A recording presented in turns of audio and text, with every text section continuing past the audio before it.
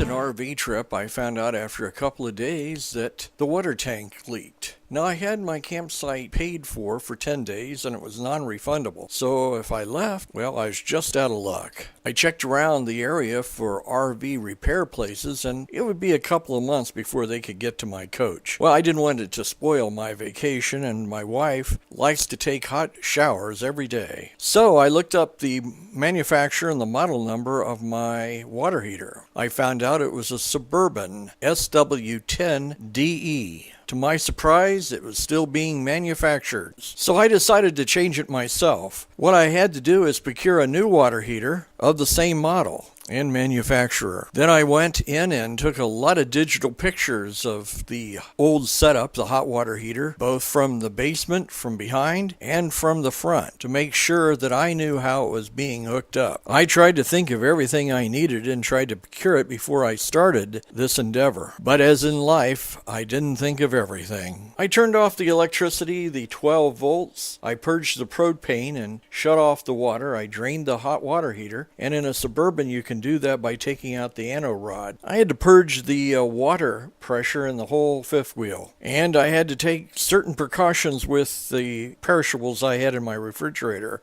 What we're looking at here is a water heater bypass valve. Now this is on a panel which is perpendicular to the floor right next to my water heater, and it's held there by 2 or 3 screws. I had to take this out and lean it over to the side before I could start work. Otherwise, I just didn't have enough room to work on the water heater.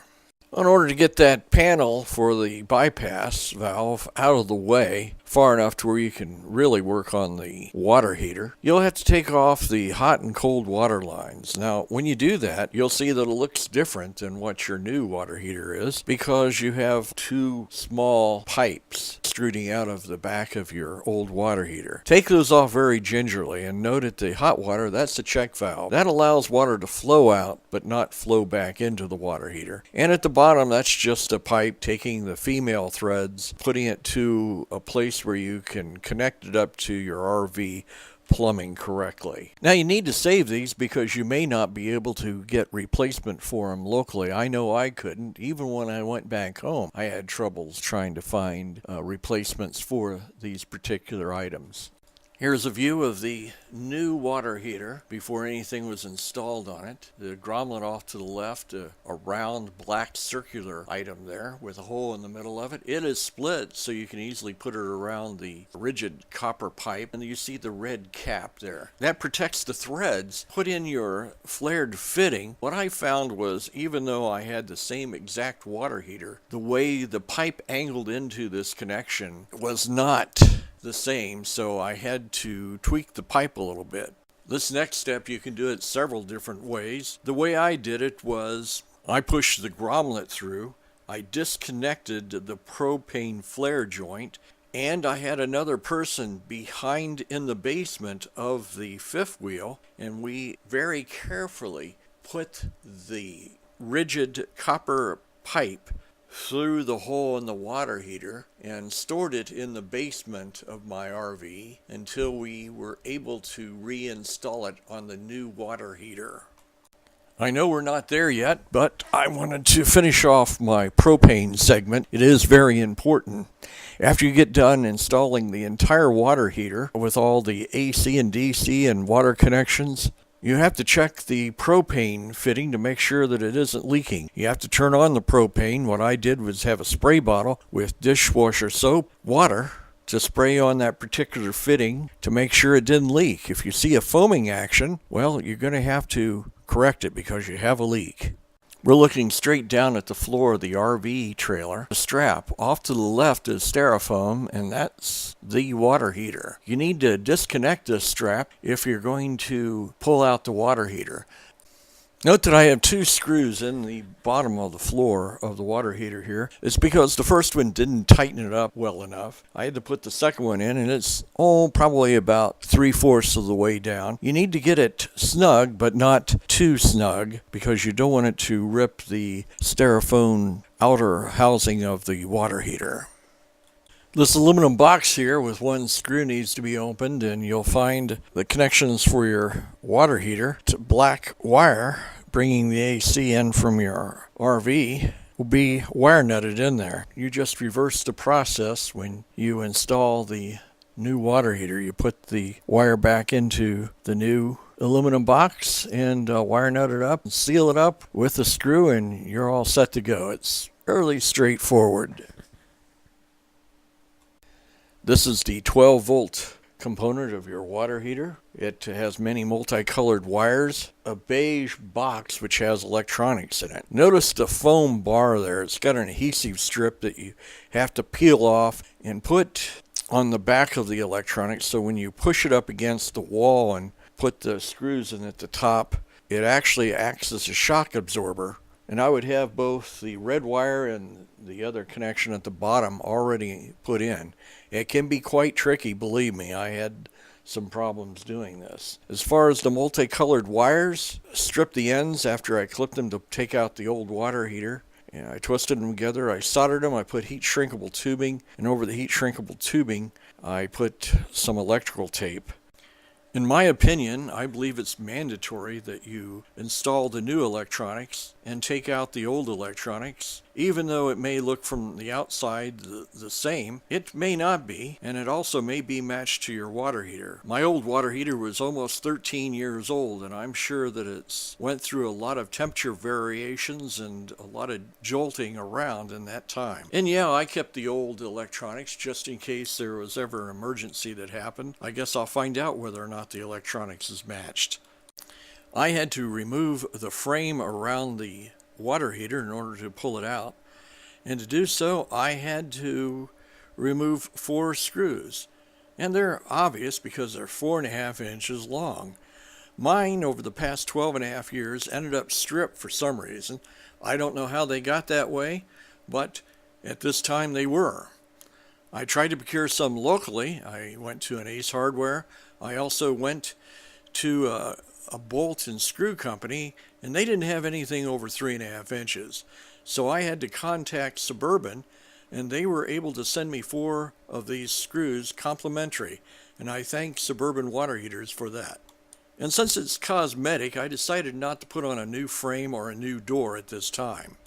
And in order to save my RV vacation, I had to go to a retail store water heater, and that cost about $150 more than if I'd have purchased it off the internet. And as we all know, the internet may take some time, and whether you get exactly what you ordered may be a problem. So when I put the water heater in, I noticed that it settled below the lower cutout by about 1/8 of an inch. The frame is supposed to bring it up, but when you get jostled around in the fifth wheel, when you travel, it can slip out. Of course, you will probably remember the strap that holds the water heater down. So I took a couple of pieces of sheet metal, folded them in half, and put them underneath the water heater in order to shim the opening up to where it closely matched the factory cutout. I went to a Home Depot or a Lowe's and I purchased some of this fire retardant insulation foam, which I got into the basement of my fifth wheel, and when I saw light, I put that around there so that the combustibles that are on the outside of the fifth wheel couldn't get into the basement, because if they get into the basement, they'll get into the living coach. There are many people who have died because the carbon monoxide from the water heater went inside and went up into the coach. At the very least, you can get headaches from this. This foam in 24 hours expands 300%, so it is a good seal, and it's sort of like a consistency of a Rice Krispie, so it is easy to remove. There are also 3 grommets in the front of your water heater that need to be caulked so no gases can get through there. Well, when you have the new water heater installed, you should go back and double and triple check everything. Let's say that the check valve is in the hot water side and it's going the right way. Remember, the flow has to be outbound. And that you have the check valve in the hot water side, not the cold water side. They have all the wiring correctly.